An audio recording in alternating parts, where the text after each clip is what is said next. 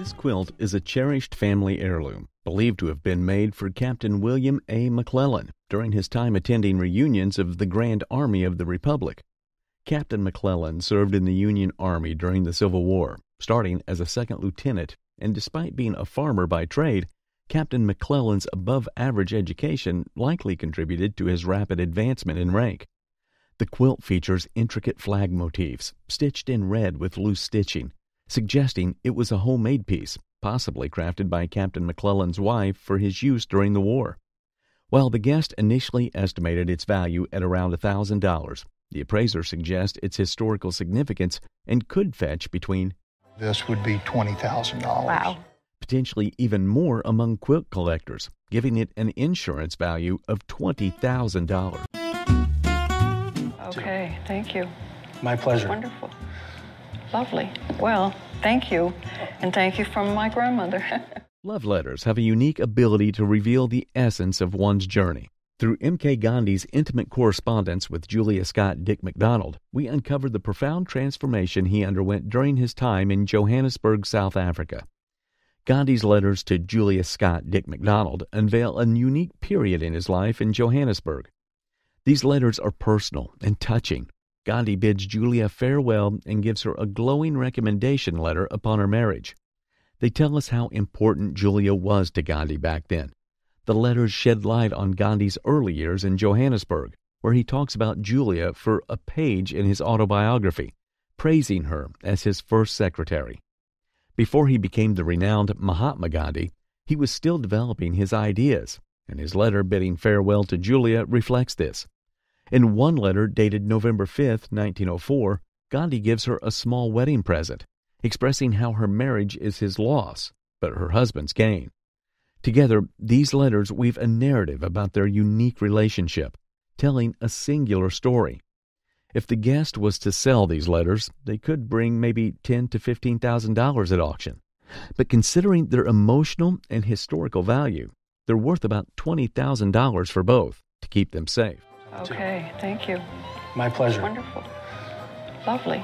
Well, thank you. And thank you from my grandmother. The detailed carvings on this cane lured this man into making a purchase online. Was this a smart move? On the body of the cane were carvings of animals that are indigenous to the people of North America. However, the maker of the cane is unknown, making it difficult to determine where exactly the cane is from. That it had horned toads and it had alligators. And the alligators are more eastern Gulf U.S. And horned toads are arid desert. And they meet in Louisiana, so I thought maybe it was a Louisiana cane. It's hard to pinpoint it that way. Some of these are the experience of the carver, where he grew up, where he is now. It's migrated. Yeah, it's a combination sometimes. After spending $250 to buy this item, the owner got quite a high profit with the recent value of $6,000 to $8,000.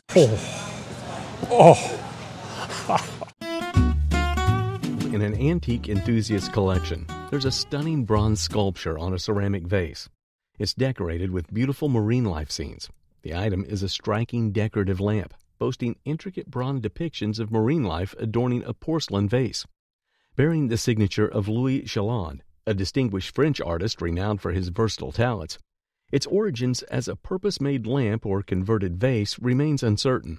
Nonetheless, its historical association with Chalon and meticulous craftsmanship contributes to its perceived value. It rests upon a porcelain ceramic vase, adorned with a breathtaking design featuring an array of marine life. At the base, there are intricately crafted starfish and perhaps various coral formations. Additionally, there's exquisite seaweed entwined around the vase, complemented by 3 magnificent seahorses. Well, for the price, the appraiser suggests probably sell for retail price somewhere in the $3,000 to $5,000 range. Oh my goodness, that's absolutely fantastic. That's great to know. Yeah. this elegant timepiece isn't just a watch. It's a family heirloom passed down through generations. The watch's origin likely lies in Paris, France, crafted by the renowned Cartier. So this is a Cartier Paris watch. The watch itself was made in Switzerland. Cartier, a pioneer in watchmaking, established itself in Paris, London, and New York. The watch belonged to the Guest great-grandfather, a man of wealth who likely traveled extensively during his lifetime. Perhaps his journeys led him to a Cartier boutique, where he acquired this exquisite piece. This watch boasts an 18-karat gold French-made case, showcasing Cartier's expertise in crafting luxurious timepieces. But its most remarkable feature is its thinness. Back then, creating a thin watch while incorporating complications was a significant feat, a testament to Cartier's innovative design. This particular watch is a minute repeater, a rare and sophisticated complication. By pulling a slide on the case, the watch chimes the hour, quarter hour, and even the minutes, offering time audibly. Being exceptionally thin and boasting such a prestigious maker enters a whole new league. At auction, the appraiser estimated a pre-sale value of a staggering $12,000 to $18,000. $12,000 to $18,000. Wow. That's great to know. Yeah. This Tiffany lamp, originally belonging to the Guest grandmother, was part of their household, but was not recognized as a Tiffany lamp until appraiser mentioned it during an estate appraisal. The lamp features a bronze harp-shaped standard, a damascene shade in the green of Favril pattern, and dated to 1906. And the beautiful formed pedal base. The lamp was designed for electric use, as indicated by its smaller, fitter rim and the absence of a chain pull. Care must be taken to prevent the chain from banging into the glass to avoid wearing or cracking the pattern. The lamp's value is estimated to be between $6,000 to $7,000 at retail. The Guest father, a media buyer in advertising, sponsored the first broadcast of The Grinch and received this statue among other sponsorship benefits. The statue stands as a timeless plaster rendition of the iconic Grinch from the beloved 1966 animated Christmas special. It's marked with details of its origin and broadcast. The statue entices animation, Chuck Jones, and Dr. Seuss collectors with its charm. It evokes nostalgia for baby boomers who grew up with the cartoon. Its value is elusive due to similar maquettes, yet it holds significance as a promotional gem. $5,000 and $7,000. Yeah, wow. It's just a great piece. The Guest recounted an interesting story of acquiring a vase. It was inherited from her grandfather's home in Pensacola, Florida in the 1900s. The Guest mother repurposed the item as a wired lamp. Later, the Guest acquired it and kept it as a vase. This beautiful piece was made of glass by the Mount Washington Glass Company. The vase was crafted from white opal glass with a satin finish, mimicking porcelain. The item bore a monogram with a crown over it, indicating that it was produced after the company changed its name to Crown Milano in 1893. The vase had enamel decoration depicting boats and sails in the foreground, and a faint gray enamel background depicting Venice. The raised gilded designs further enhanced the piece. The expected value for the item was would bring between $2,000 and $3,000. Wonderful. I'm not going to sell it. It's going to go back in my cabinet. Delighted that we kept them for 45 years. Imagine calling old presidential papers junk. Well, that's exactly what the friend of today's Guest called this 1884 presidential poster, given to him by his friend in the late 1960s. This poster is actually worth a reasonable price, especially because it was used to depict the outcome of the 1884 elections, where Grover Cleveland emerged the winner in what appeared to be a tightly contested tussle between he and James Blaine. The poster shows Grover Cleveland holding a fish that represents the presidency. Despite being rated as a piece of junk by the owner initially, this piece cost $1,400 to $1,600 for the pair. I'm delighted that we kept them for 45 years. The Guest showcased a unique sword at the show, purchased at a local auction for $200. The sword was examined by the appraiser, who identified it as a militia officer's sword from around the 1830s or 1840s. It displayed characteristics typical of swords made in continental Europe, featuring an American eagle head. The appraiser admired the excellent condition of the piece, highlighting the well-preserved horn grip and original gilding on both the scabbard and hilt. Additionally, the chain, which is typically fragile, remained intact, and there was an etching present on the blade.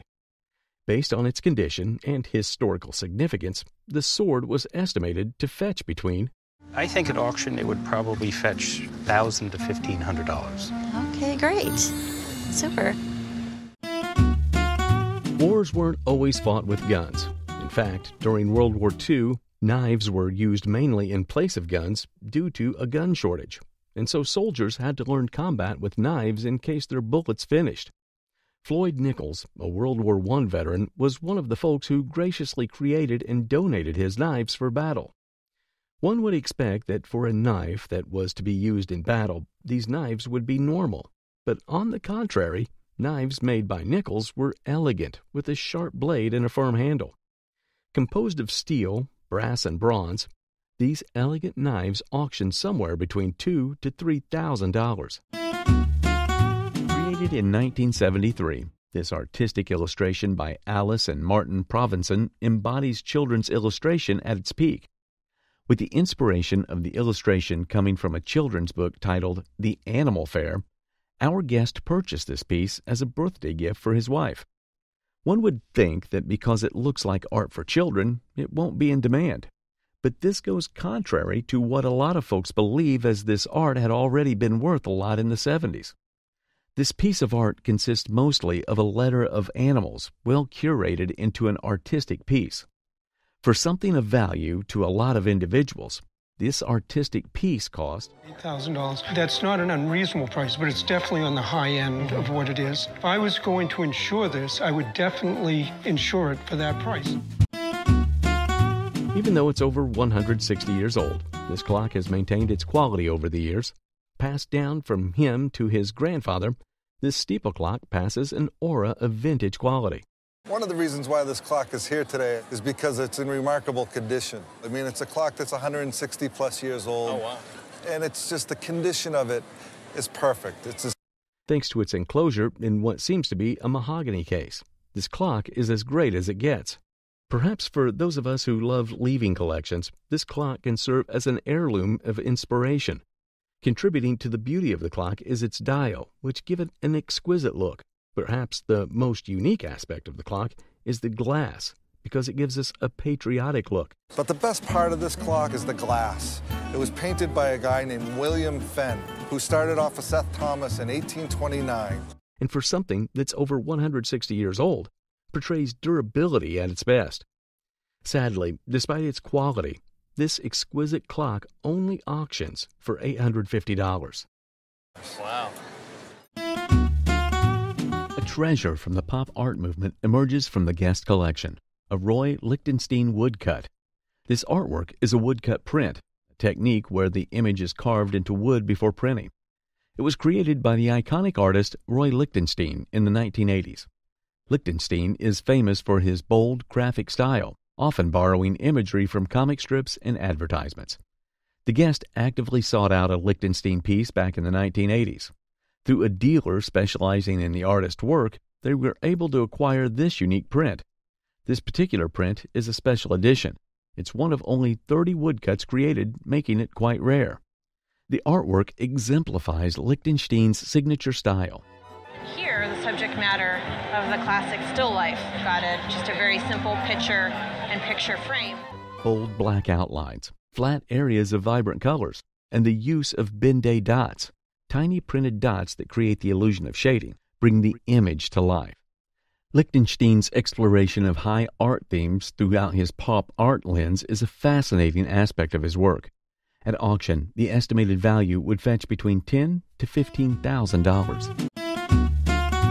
Today's guest inherited an exquisite piece, Marilyn Monroe's signed photo from his uncle. I had an uncle, Jack Petrie, who was a gifted musician. Marilyn Monroe was an American actress and model who was famous for her beauty and acting prowess. The signed photo came as a gift for our guest grandparents, and this is evident in the signature, which says to Mom and Pop Pete. Since Marilyn was a famous personality, there were doubts that the picture was actually signed by her. But evidence from the ink color, which is red, shows that it was signed by her. That red ink meant it was signed by Marilyn, and Yes. or green ink. The picture was likely taken for one of her films in the early 50s, and because of that, the value would be on a high side, and so it would likely cost $20,000 to $30,000 at auction.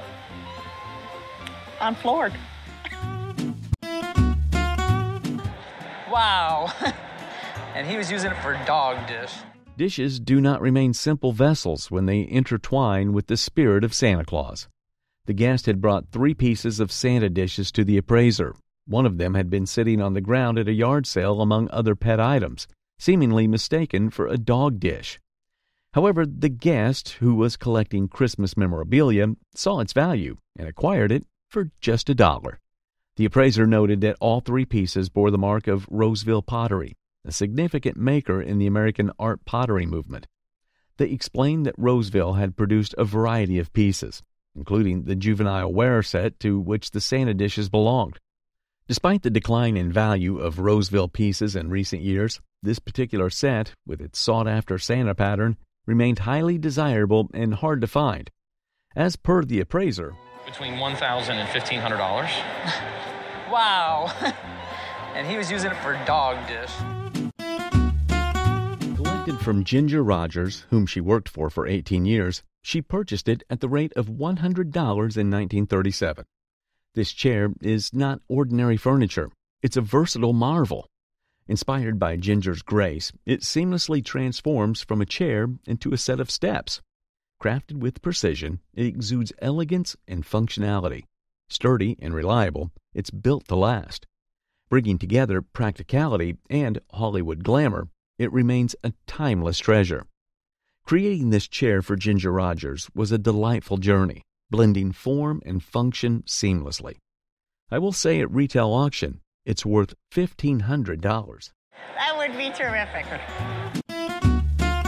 Book was showcased at the show, who shared that her late husband's aunt was fond of collecting old books.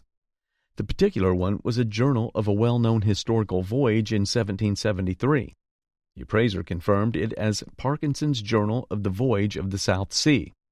It documented Captain James Cook's first voyage round the world, which took place from 1768 to 1771.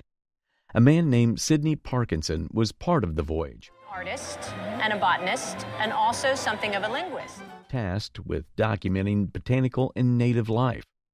The appraiser shared history about 2 competing versions of Cook's first voyage being published. The book's version, with illustrations by Sidney Parkinson, was highly desirable. Despite some condition issues, the historical item's value at auction was $6,000 to $9,000. Oh my. Yes, Oh this my. is a very nice Wow. piece indeed. The clothes worn by a prisoner of war in Vietnam were priced fairly high for an apparel worn in prison. The prisoner, who is the father to the guest, was a thud soldier called Lieutenant Colonel Robert L. Strim. Any other interesting people that he was with in prison? Oh, absolutely. He told me a great story that the first time he ever laughed in jail was a joke that John McCain had tapped through the wall. They were sharing a wall while they were both in solitary confinement while they were in Santé. Alongside the clothing was a picture of the family, which was taken the moment the family first saw their father when he exited prison. The picture was taken by Sal Vader, who won an award for the photograph. Photograph was given to me personally by Sal in 1990. He signed it Lori with best wishes, Sal Vader. And the value of these items. So, as an auction estimate, it would be in the $2,500 to $3,000 range, which doesn't seem like a whole lot. However, the historical value on this is absolutely priceless, and what a moving story it is. An original Apple I computer manual shows how far the Apple series has come since it was first released. Apple is an American multinational technology company founded by Steve Wozniak and Steve Jobs in 1976. The company is known worldwide and is said to be the biggest company by market capitalization. The woman who brought in the manual hit the jackpot after she went through the trash and saved it from disposal. The value was indeed shocking. One day I was at work, and I worked at Apple, and the facilities crew was cleaning out some closets, and they had a great big old dumpster. So I got it dumpster diving. That's what I mean. I hate to say it, but it's true. The pamphlet was valued at $10,000 to $15,000. That is more than surprising and more than I ever would have thought. You might have found an item that was left behind by former house occupants, but was it as valuable as this guest's item? This man's mother found an object in the attic of the new house her parents bought in New York. The object was a Penobscot carved root club made by Penobscot native people in Maine. In the old and early days, prior to colonization, clubs such as this were used as war clubs, and smaller versions with creatures from the forest were used by shaman or holy men during their ceremonial rites. As local native life changed over the centuries and men were no longer able to go to war or to hunt widely, they began to work with travelers and fishermen and hunters who would come up on vacation. And they would make objects such as this to trade. The club was made from birch trees and were believed to be releasing the spirits of the animals that were killed with the club. The club was equally used by the people for religious ceremonies. It was appraised on the show at $2,000 to $2,500. I think on a retail basis, this club would be very much appreciated. I think perhaps in the range of $2,000. Guitars are not just instruments of music. They often carry stories and memories that add layers to their value. The guest recounted the history of the guitar, explaining that it originally belonged to their father, who purchased it in 1953 from a pawn shop in Dallas. Despite being marked with the year 1952 on the neck, the guest confirmed the purchase year based on their father's account. They mentioned that the neck had been removed, revealing the initials TG 825-52 and confirming its vintage. The appraiser further examined the guitar's characteristics, noting the serial number on the bridge and the unique features consistent with guitars from 1952, such as the pole pieces and screw styles. They emphasized the significance of the initials TG, indicating that Tadeo Gomez, a renowned neck carver for Fender, crafted the neck, making guitars with his necks highly esteemed. As per the appraiser, $25,000 as a bottom end, but probably closer to $30,000 because it's so clean for the year, and just in consideration that it is Tadeo Gomez. Wow. So a collector would mean a great deal. The guest presented a stunning pitcher and bowl set in the Moreland pattern by Royal Dalton. The guest had inherited some pieces from her family and then significantly expanded the collection by purchasing a dozen more pieces at a country auction years ago. The condition of the set is somewhat amazing, especially given its size and intended purpose. Most Moreland pitchers and bowls were designed as utilitarian toiletware, meant for everyday tasks like washing hands or shaving. This constant use inevitably led to many pitchers and bowls becoming chipped or broken over time. However, this set, featuring a more ornate design and remarkable preservation, was considered quite rare, an exceptional find estimated to occur only about 1 in 500 sets.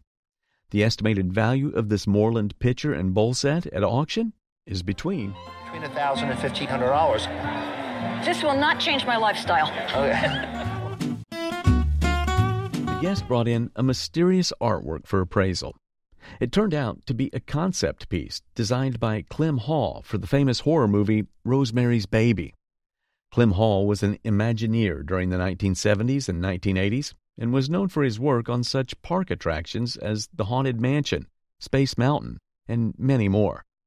Rosemary's Baby is a 1968 American psychological horror film written and directed by Roman Polanski, based on Ira Levin's 1967 novel of the same name. The loose and atmospheric style perfectly captures the creepy mood of the film. This rare piece from a renowned artist is estimated to be worth between... However, a recent appraisal shows it could be worth $2,000 to $3,000 at auction. I'm glad I saved it. Yeah, I'm glad you did too. Very lucky. Oh, yes. Well, thank you so much. Thank you. I want to cry. No, that's... The guest founded the painting in an abandoned house. The painting is by an American artist, William Aiken Walker, known for his southern landscapes and scenes. William Aiken Walker, born in 1838 and passing in 1921, was primarily self-taught and traveled extensively throughout the South. Traveled throughout the South. He traveled through New Orleans. He actually lived for a time in Baltimore and spent some time overseas in Germany. The painting depicts a family scene with a hog, chickens, roosters, and a dog, set against the backdrop of a cabin. Walker was known for his prolific work, often creating paintings in tourist areas, cutting artist boards into designed sizes for his paintings. While the exact date of the painting is uncertain, its condition has suffered some scratches, surface abrasions, and yellowing in the sky. With minor restoration, the painting could be improved, and its current estimated value at auction would be between $7,000 and $10,000. Well, it's a terrific thing to find. You're very lucky. Oh, yes. Well, thank you so much. Thank you. I want to cry. No, that's... Among rugs and textiles, a mysterious swordfish bill sword hanging on the wall caught our guest's eye, leading to a remarkable $225 estate sale discovery. Carved with the salty hands of New England's daring sailors, likely during restless nights in portside taverns. The carving, adorned with intricate patriotic motifs such as soaring eagles and billowing flags, shows signs of possibly being made during the Centennial period. The handle is intricately carved with eagles, indicating skilled craftsmanship. But this is carved out of wood, absolutely original. Paint colors and wear patterns authenticate its age, and the untouched cracks reveal its unique originality and authenticity. The fact that it's a folk art sword made from a swordfish bill dating back to 1880 significantly enhances its value. $2,000 or $3,000. Oh, nice. Very good. No idea. That's amazing. That's amazing. This Civil War uniform is a cherished heirloom belonging to the guest husband's two-time great-grandfather who served in the Union Army. The uniform includes a coat, hat, and pants, with the hat and pants being particularly rare. And they are. And the reason being, when you come home from war, you didn't always wear the coat, but the pants and the hat, the soldiers wore a lot. So they wear them out. Identified as an infantry uniform, the coat features an eagle button with an eye for infantry, shoulder straps indicating the rank of captain, and functional details like cuffs and balloon sleeves. The hat, a McDowell-style forage cap, bears the maker's label of Baker and McKinney, a company owned by Laura Baker, a rare female business owner during the Civil War. The pants exhibit unique features such as a lack of back pocket, a tin strap adjuster, and reinforced legs. Despite being well stored in a barn in a steamer trunk for generations, the uniform pieces are remarkably well preserved. Individually, each piece is valued at about $4,000, but as a group, considering the known identity of the original owner, it's estimated to be worth For $15,000. No idea. That's amazing. That's amazing. This guest brought to the show a 1900 Bergman cold-painted bronze lamp, which she had purchased while on a personal exhibition. Franz Xavier Bergman was the owner of a Viennese foundry that produced numerous painted and cold-painted bronzes, including oriental, erotic, and animal figures, with the latter often being humanized or whimsical. The cold-painted bronze figure lamp depicts a man sitting almost cross-legged on a stool on a wonderful carpet, selling a sphinx with its Egyptian attendant in the corner of his tent shop. And then over here he has a water jug. And then over here also is this wonderful Egyptian attendant in the corner. The lamp is referred to as cold-painted because it was produced in Vienna and finished using layers of unfired dust paint, also known as polychrome paint. This technique gives it a distinct and vibrant appearance. Considering the condition and exquisiteness of this piece, it's estimated to be $6,000 to $8,000. Good $50 investment. That's a great $50 investment as far as I'm concerned. It still works. This guest brought a Chinese export porcelain teapot, which she had gotten from her aunt, to the show. The teapot was made by the Dutch East India Company and is a forerunner of Delft blue and white production. The United East India Company, commonly known as the Dutch East India Company, was a chartered trading company and the first joint stock company in the world. The teapot is shaped like a melon, which is a classic Chinese teapot design, painted with a stylized tulip signifying its intended market is the Dutch market. The flowery pattern on the teapot is in blue color with a delicate gold trim. The top of the lid is beautifully adorned with a small silver gilt metal chain on the spout. What makes the teapot spectacular is its small size, which was basically the size of teapots used over 300 years ago. With the design and the timeless elegance of this teapot, it's estimated to be worth $800 to $1,200. Circa 1910, Francois Linke side table to the show. Francois Linke was a leading Parisian ebonista of the late 19th and early 20th centuries. The side table, adorned with a central bronze cast floral motif, is a two-step rounded-shaped table with extremely gold-plated bronze fittings that rest on 4 straight legs. Looking at the condition and the exquisiteness of this piece, it's estimated to be around $8,000 to $12,000. That would be dogs with big eyes playing poker. That would be, yeah. This painting, by artist Blanche Nouveau, is a large neo-impressionist piece measuring approximately 15 feet long, catching the eye as you enter the room. Blanche Nouveau, born in France in 1884 and passing in 1968, was known for her revival of the Impressionist style, reflected in the vibrant colors and lively scenes of her works. The painting depicts a grape harvest with children in the background, showcasing remarkable colors that make it stand out. Estimated to have been painted around 1940, Nouveau's auction record from 2 years ago stands at $80,000, suggesting that this painting could be worth even more, with an estimated value of $100,000 to $150,000 at auction today. That would be dogs with big eyes playing poker. That would be, yeah. The guest received a wonderful surprise. She won a Walt Disney cartoon as a prize in a children's cartoon contest sponsored by the Nashville Tennessean newspaper at the young age of 12. Walter Elias Disney, also known as Walt Disney, was an American animator, film producer, and entrepreneur who co-founded Walt Disney Productions with his brother Roy. He is also known for creating the cartoon character Mickey Mouse, which became a huge hit in 1929. She had cherished the cartoon for many years, but never had it appraised. The Walt Disney cartoon is delightful and holds a significant value. Today's market would realize $1,000 to $1,500. Stumbled upon a hidden treasure at an estate sale in North Carolina for a mere $5. It's a ritual drinking cup, suggesting it may be an antique with cultural and potentially high monetary value. Ritual cups like these are really popular in various tribes. However, the exact origin of this one is unknown. At auction, the price of this item is $800 to $1,200. The farmhouse where this plate rack hangs was built 132 years ago and has been in the family ever since. Located in Independence, Kansas, the plate rack was originally painted white. A friend of the family noticed a tag on the backhand, had it refinished by a professional furniture refinisher, preserving it. The plate rack is a Model 903 designed in 1901 by Gustav Stickley, a prominent figure in the American arts movement. Stickley and his brother set up shop in New York State and were known for making simple. This piece is a transitional model for Stickley, featuring experimental elements like this subtle arch, which later became iconic in his work. Despite some changes to the finish over time, the oak wood underneath is warm and beautiful.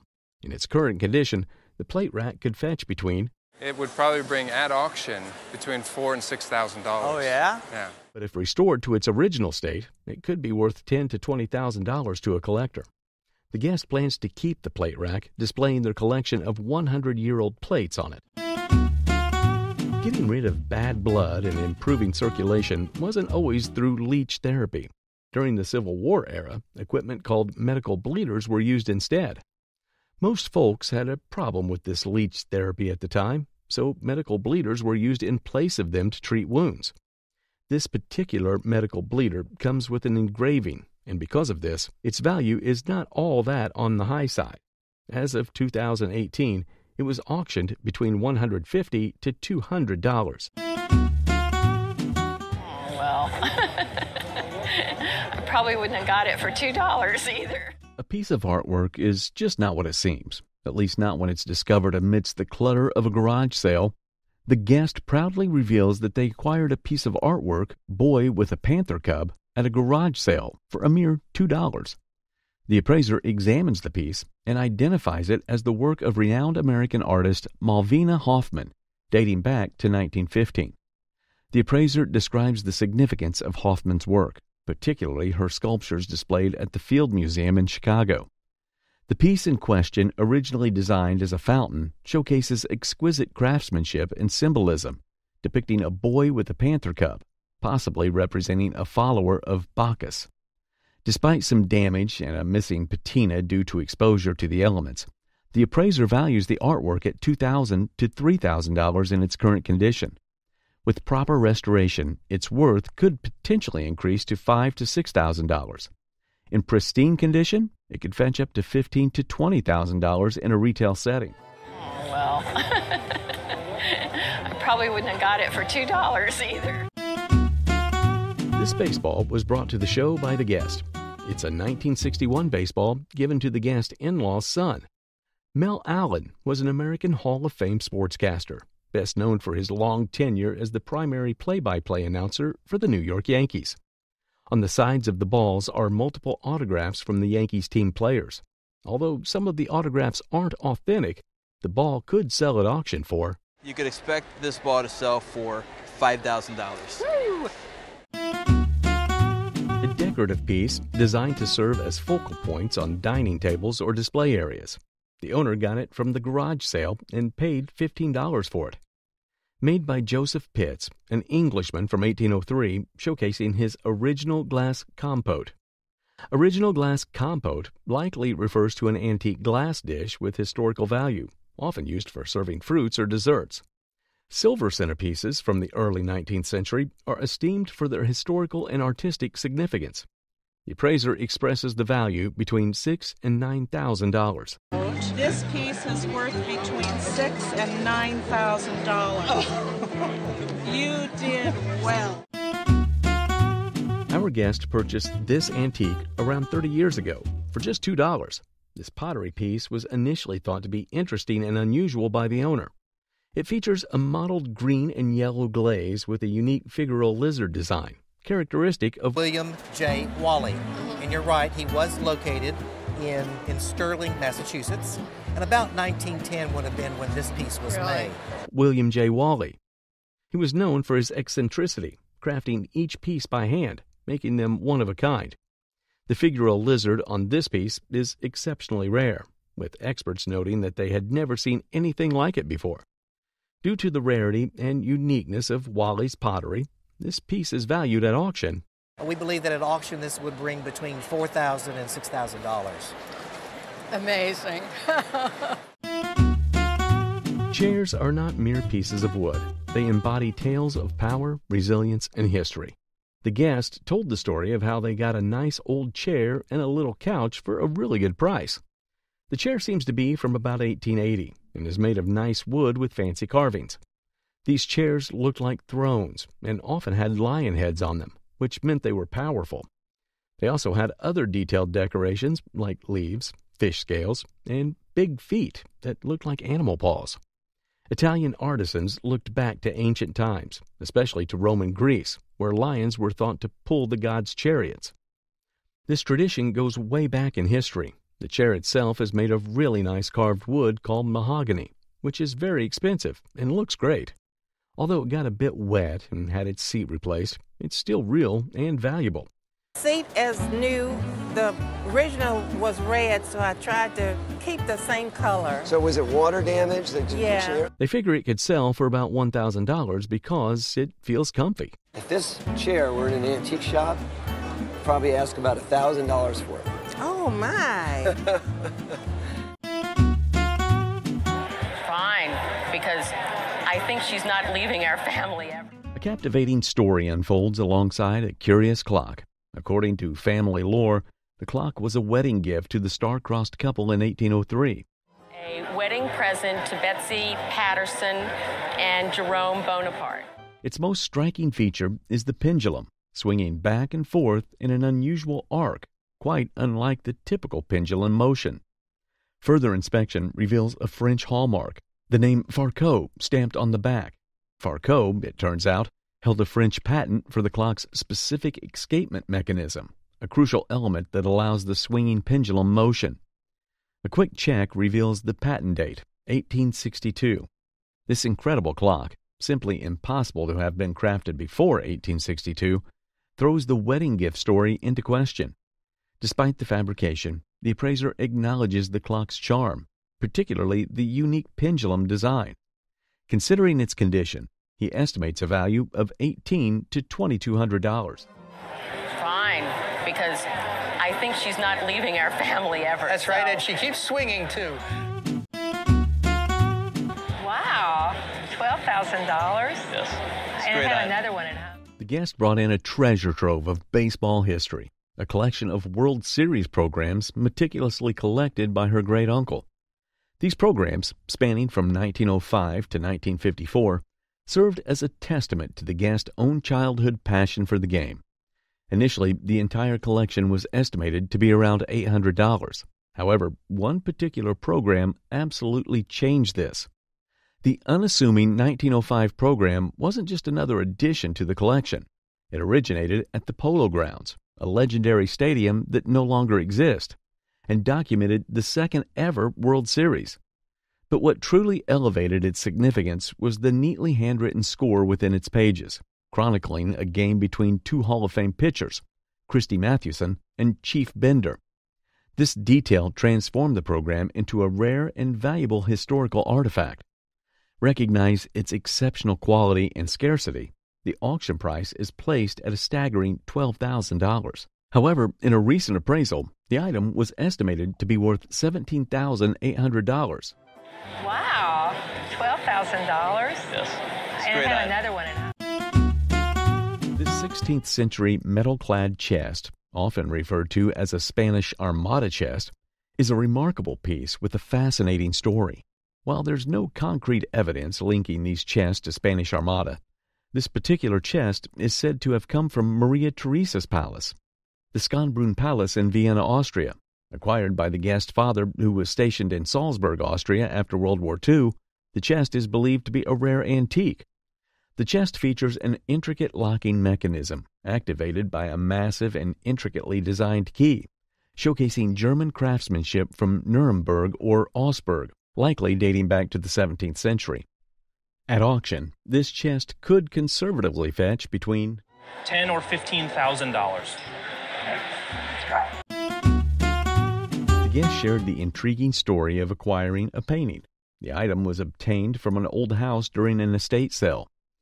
It was a portrait of a fire captain, James L. Kennedy, from Company No. 1 in Newark, New Jersey. The guest had a photograph of the item before it was restored. The appraiser noted that the photographs depicting the poor conditions of the portrait initially, with significant paint loss and holes. The portrait bore the artist's name and the date 1852, corresponding to Mr. J. L. Kennedy's initials on his hat emblem. Despite initially having no monetary value, the guest restoration significantly elevated its worth. Considering the historical background and remarkable transformation, the potential value decided from the item was $4,000 to $6,000. Really? Yes. Oh, my. The guest has been a collector for 10 years, with a passion for both old and new bears. She presents a pair of Steve treasures to the appraiser. Examples here of some Steiff bears, and I want to point out some features that really make this particular bear here stand out. These cuddly companions, while both adorable, hold vastly different stories within their plush forms. This early Steve, crafted around 1904 to 1905, boasts unique features that solidify its rarity. The most striking detail is the sealing wax nose, a material Steve only used for a brief period. The guest also points out the boot button eyes, another early design element. While the missing ear tag is a slight drawback, the white mohair fur elevates the desirability of this piece compared to its common brown counterparts. Light brown stitching on the paws and wood shavings for stuffing complete the picture of a meticulously crafted bear. But the true prize lies beneath the surface. X-rays reveal a crucial detail. Precious old deer is a rod bear. This internal metal structure, a rarity in itself, significantly boosts the collectability of the bear. This bear represents the more typical Steiff production.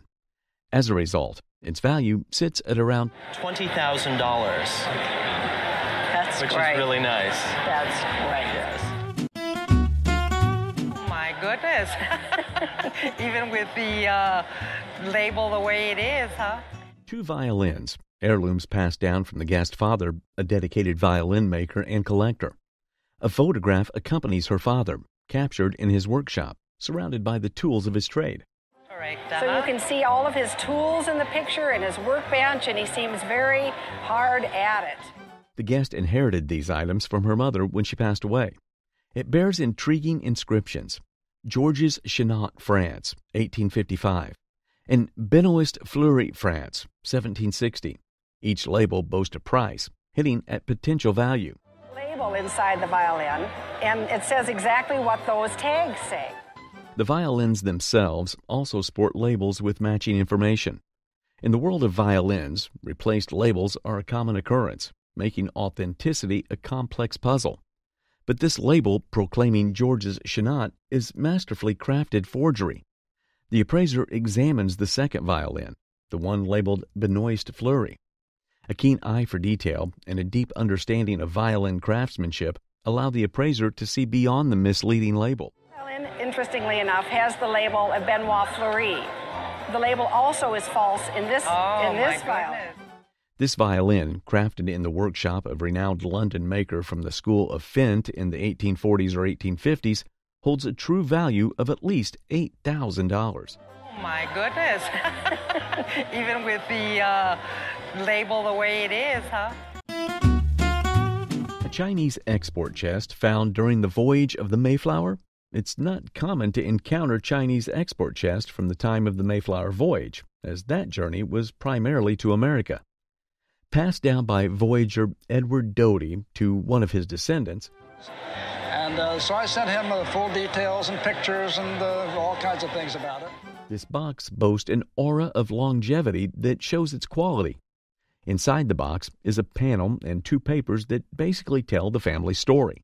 Panel and 2 papers that have been attached to it that basically go through it. They give your family history. Additionally, there's a vibrant type of wood originating from China called Hugenguali. The wood hinge resembles those that were made by the Dutch. Acknowledging the exquisiteness of this piece, it would cost $2,000 to $3,000. Thank you so much. I really appreciate it. That solves a mystery that's been going on for all these years.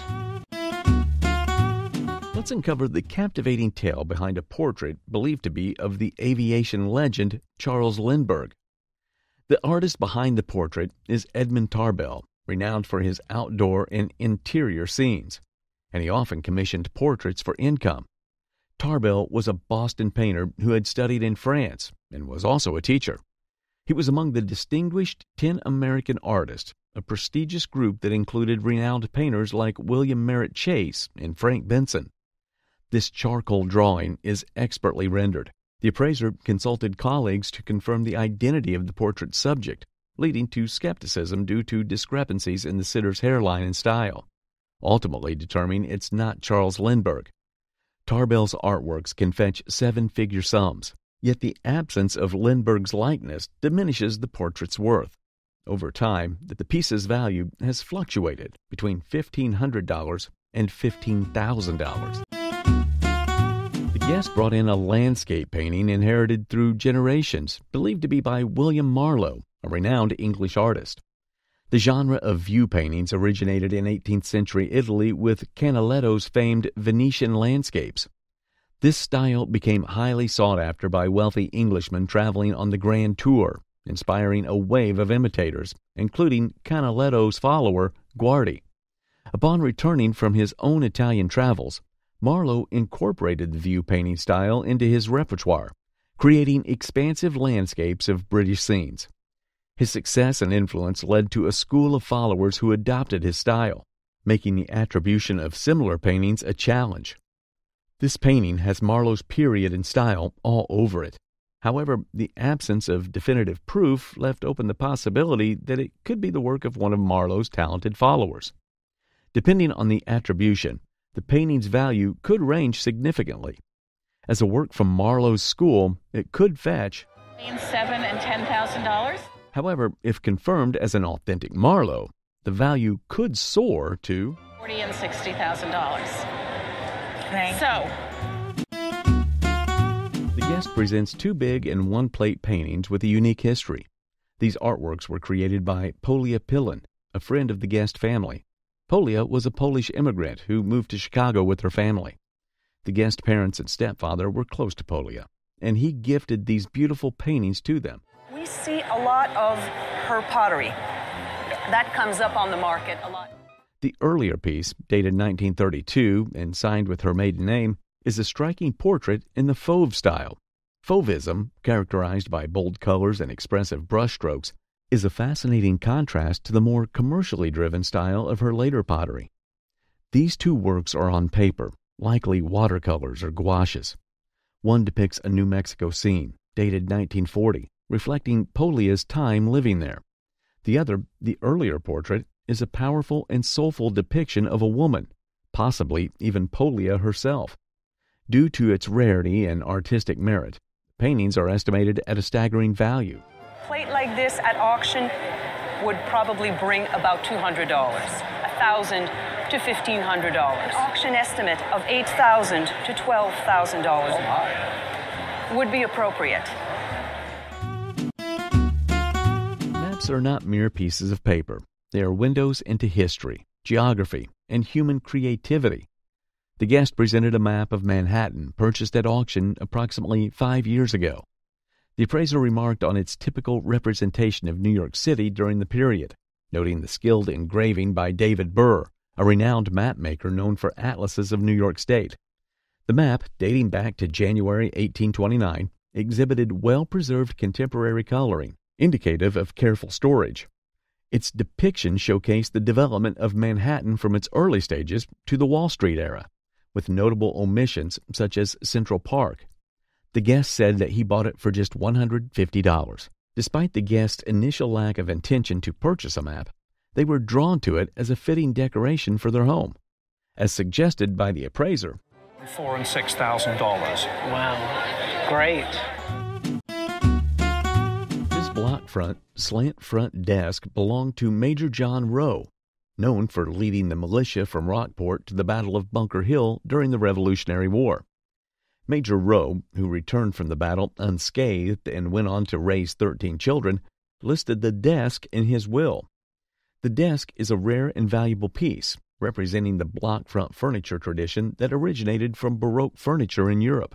While block front furniture was uncommon in England, Boston became a hub for this expensive and intricate furniture style, making this desk a prized possession. The desk design and craftsmanship indicated that it was likely made in Salem, Massachusetts. First of all, this shaping is typical of those on Salem desks. Although missing its shell and possibly a bookcase section, the desk witness marks and nail holes suggest its original grandeur. Typically, a block front desk of this caliber could fetch upwards of $80,000 to $85,000 at auction. But due to the missing components, its value is estimated to be around $15,000 instead of $85,000 because you have half of a piece. It's not every day you see something of value passed down to someone who's not a member of their family. But this Henry Bertoia sculpture and book tells a different story. Created by Henry Bertoia, a sculptor who originally did jewelry design, this sculpture, called a cenobiont sculpture, is made of bronze, which is closely soldered together to evoke quality. The works of Henry Bertoia are highly sought after because they communicate peak originality. In fact, one of the public pieces in 2014 sold for $440,000. With this being no different, the guest would be excited to find what the piece cost. $20,000 to $25,000. Wow, nice. Yeah. Thank you. We've always heard that art speaks, but this painting by Domingo Ulloa speaks volumes more than the average painting. Domingo Ulloa was an artist called the father of Chicano art. With Domingo's work usually being political and showing the dire nature that migrants pass through, this particular painting takes a different turn to feature what seems to be a kind of celebration among migrant workers in a farm. A weekend after probably a hard week of work, and this is how they would relax and entertain themselves on a weekend. For a painting drawn in 1976, this painting exudes quality, but for good reason. Since it's in the 21st century, there's been increased interest in Domingo's Chicano art. It's no wonder it auctions at the valuable cost of $3,000 to $5,000. Very nice. During a garage sale, this odd-looking table was purchased by the owner for nearly $25, but its value goes beyond the owner's wildest imagination. The table was produced by John Seymour and Son, a company in Creek Square, Boston. The company is known for producing furniture for wealthy households during the federal period. When we first saw you, my heart started going like this. Feel it. You can feel it right now. It's going bump, bump, bump. Yes, right. And mine did too. Is your heart beating so fast because the table is worth so much? I think Les and I both feel that this piece in the open marketplace on a good day would be in the range of about $200,000 to $225,000. Wow. Okay? But it didn't end there. Later on, it sold at Sotheby's for $541,000. What an investment! Skateboard bought at random for $5 turns out to be a historic skateboard. The skateboard was made by Bethany, a skateboard-making company in the 1970s. Bethany Skateboard was the first board used by Tony Hawk, pioneer of modern-day skateboarding. That is amazing. And I mean, when it comes to skate culture, you really couldn't ask for a more historically significant skateboard than this. Skateboards are usually valued based on their condition, and for this man's skateboard, which has some imperfections, the value placed on it was $200 to $400. Still a great profit for him. What? That's like a 6,900% increase on my original cost of that. That's awesome. Papa's got a brand new bag, I'll tell you what. This item was a basket woven by an American visual artist, Carrie Bethel, who started weaving baskets at age 12. The basket was made between 1955 and 1960. This woman who was such an unbelievable weaver lived in a shack. She had no running water, no electricity. What? And she just did her weaving when she could during the day. Who would have thought a little basket like this will have a value between $75,000 to $150,000? Oh. Yes. Now. What? You heard me right. Oh my gosh. An 8-feet-long bat weighs almost as heavy as its value. I want to try to lift it. So we're talking what, 30 pounds? I'm thinking about 30 pounds. 30 pounds, and your normal bat is 32, 36 ounces? The bat had been hanging in the guest grandparents' sporting store in San Mateo. It was given to Ted Williams, one of the greatest American baseball players. During his time, Ted received several awards, such as American League Most Valuable Player Award. Well, I think why it was made is, we have some clues here on the bat, and if we take just a quick look, it says the Quadricentennial, 1834-1959, and then we have Paul Bunyan. And then on the other side, we can see it says, presented to Ted Williams, baseball's Paul Bunyan. Value placed on this bat was $8,000 to $12,000. All right, that's wonderful. Do you have a brooch? If yes, does it cost thousands of dollars? This butterfly brooch was purchased at an estate auction by the guest for his wife. The brooch is of opal stone, decorated with ruby stones and yellow gold. Its origin is unknown, but the appraiser guessed. Looks English to me, looks Victorian, probably 1875 through the early 1900s. For its value, the brooch will fall within the range of $3,000 to $5,000. Wonderful. Excellent. It's not strange when people purchase designer products, but when they purchase it directly from the maker's hands, then that's something totally fascinating. This man's childhood viola that was purchased by his grandfather was manufactured in 1967 by Ansaldo Poggi, a renowned instrument maker from Italy. Ansaldo was a perfectionist and made sure his instruments came out looking superb. He was a hard-working maker. This instrument shows that level of perfectionism. On the inside, on this side of the viola is handwritten Ansaldo Poggi, yes, Fece in Bologna, anno 1967. That's his handwriting. There's no question about it. Yes. The other thing that I really love, in the 1920s, he started branding his violas, A. Poggi. Ansaldo made only 41 violas during his years, and the value for such a rare and magnificent instrument is between $200,000 to $330,000. I was thinking, several tens of thousands maybe. Such price value will definitely make anyone's day like this viola's owner